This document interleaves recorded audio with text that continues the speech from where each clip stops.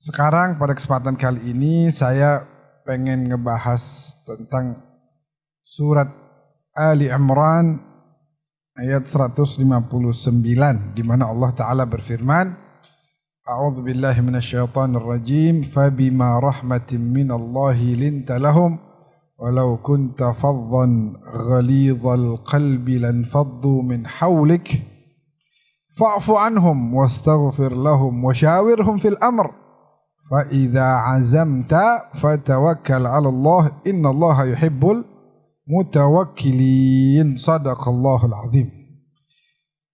Di sini Allah berfirman bahwa menjelaskan tentang budi pekerti Rasulullah yang telah banyak diliputi oleh rahmat dari Allah, membuat Nabi Muhammad itu dalam berdakwahnya lintalahum, lembut, sopan, masuk ke hati, membuat orang yang diajak bicara tersenyum berbahagia. Itu cara dakwahnya Nabi. Yang saya kecewa, belakangan ini tersebar video ada orang yang masuk ke McDonald terus marah-marah sama orang yang lagi makan di situ, bawa-bawa poster orang di Palestina tersiksa dan lain sebagainya. Itu gimana? Dasar nggak tahu diri. Nah, bukan begitu caranya. La ifrat wala tafrid. Nggak boleh kita kurang, nggak boleh juga berlebihan. Ada orang lagi maksiat, tiba-tiba datang, kemudian dikata-katain. Itu bukan cara dakwah yang baik, itu berlebihan. Pada porsinya aja gitu. Kita sampaikan bahwa nggak boleh kita melupakan Palestina. Ayo suarakan terus di media sosial kita. Sampaikan terus kepada keluarga kita, sanak famili kita untuk bantu. Terus kita doain tiap sholat kita buat saudara-saudara kita di sana. Begitu, sampaikan terus. Tapi untuk sampai melakukan hal yang seperti itu berlebihan. Berlebihan. Kita tahu dia salah yang makan di McDonald, di KFC, tapi bukan begitu caranya. Itu sama sekali nggak menarik. Dulu kita dengar Wali Songo dalam berdakwah luar biasa. Sampai Sunan Kudus melarang motong sapi di Kudus. Yang saya dengar beberapa lama lalu saya ke Kudus, sampai gini hari pun nggak ada sapi dipotong di Kudus. Yang makan sapi emang ada, cuman motongnya di luar Kudus.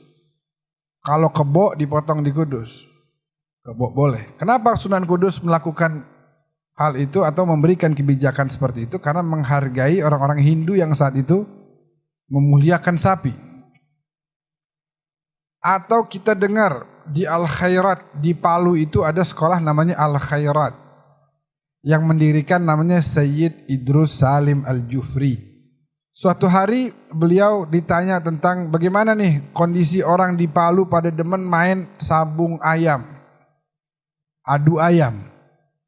Yang menang dapat hadiah, yang menang nanti dapat jabatan begitu, dapat posisi sosial yang tinggi. Kemudian melihat bahwa permainan ini sudah menjalar, caranya beliau bukan ini haram, ini masuk neraka. Kalian akan, bukan begitu caranya. Caranya bukan begitu. Islam aja mengharamkan khamr itu, kalau kita lihat di Al-Quran ada tahapannya. Mereka dulu tiap hari minum khamr zaman jahiliyah. Khamr tahu ya, minuman keras. Begitu datang syariat Islam yang pertama apa? La taqrabus shalah wa antum sukara. Kalau lagi mau sholat jangan minum dulu. Sholatnya mabok nanti. Kalau lagi sholat jangan mabok dulu. Ntar udah rapi sholat, lanjutin. Islam begitu tuh. La taqrabus shalah wa antum sukara. Ada fase-fasenya, ada tingkatan langkah per langkahnya dijalanin, dilalui. Begitu juga waktu mengislamkan Indonesia. Sabung ayam kata Sayyid Idrus Salim Al-Jufri ini, beliau mencoba berpikir gimana metode yang tepat. Akhirnya beliau ikutan malah. Ikutan. Yang juara nanya, Gimana dalam ajaran Tuan? Boleh nggak sabung ayam? Saya dengar ada yang bilang nggak boleh. Kata Said Idrus Salim Al-Jufri, boleh. Bahkan kalau berani, ayo tanding lawan saya. Ini pemuka agama di sana yang mendirikan sampai saat ini sampai ada 1.000 sekolah. Itu menteri-menteri alumni situ banyak tuh, alumni Al-Khairat. Disebutnya Abnaul Khairat. Di wilayah timur Indonesia banyak. Akhirnya beliau beli tuh ayam di pasar, tanding, menang. Wah, hebat, Tuan bisa menang lawan saya, padahal ayam saya ini nggak terkalahkan. Berjalan sehari, 2 hari, 3 hari begitu, ngadu lagi, menang. Sambil baru dimasukin pelan-pelan. Sian ya, nih ayam dia bikin berantem begini, kalau ibunya ngelihat sedih pasti katanya. Ente Tuan, kata si Habib Idrus Salim Al-Jufri, kalau ngelihat anak ente diajak bikin berantem begini, diadu begini, bagaimana perasaannya? Wah, gak bakal kasih lah. Nah, begitu juga hewan, jangan, kesian dia. Kita harus rahmat kepada hewan. Oh, luar biasa nih, saya baru kepikiran nih, luar biasa. Begitu. Akhirnya mundur selangkah untuk kemudian melangkah lebih jauh ke depan. Begitu juga Sunan Kudus. Karena terdengar berita kalau umat Islam di hari raya Idul Adha saat itu menyembelih sapi, kita sembelih mereka, kata orang-orang Hindu begitu. Waktu itu.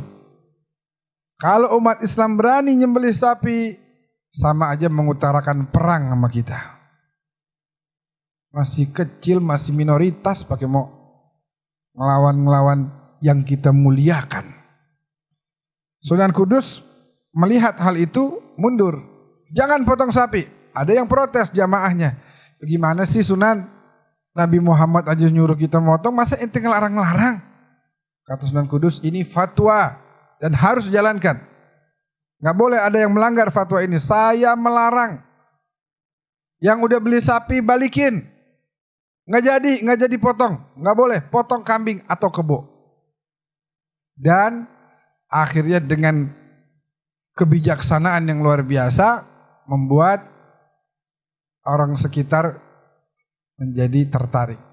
Luar biasa ini menghargai, luar biasa ini santun banget nih, luar biasa ini caranya luar biasa dan akhlaknya pada baik-baik, budi pekertinya luhur semuanya. Membuat warga pada kemudian berbondong-bondong, waraitan nas yadkhuluna fi dinillahi afwaja, berbondong-bondong masuk ke dalam ajaran Islam. Ada kalanya harus mundur. Nabi Muhammad waktu mau masuk ke Mekah, setelah perjanjian diizinkan masuk ke Mekah, sampai di Hudaybiyah ditahan. Gak boleh katanya. Lah bagaimana nih? Nabi Muhammad mah bisa aja, ente jangan ngelanggar perjanjian dong. Karena mau masuk, mau ibadah. Bahkan Nabi udah ihram saat itu. Di Bir Ali di Madinah. Udah mau masuk, mau laksanakan ibadah di tanah suci Mekah Al-Mukarramah. Gak boleh. Nabi mundur. Mundur di akhir. Lalu kemudian gak lama setelah itu kembali ke Mekah, membawa Fathu Mekah, kemenangan yang jelas, yang nyata. Jadi ada kalanya mundur tuh.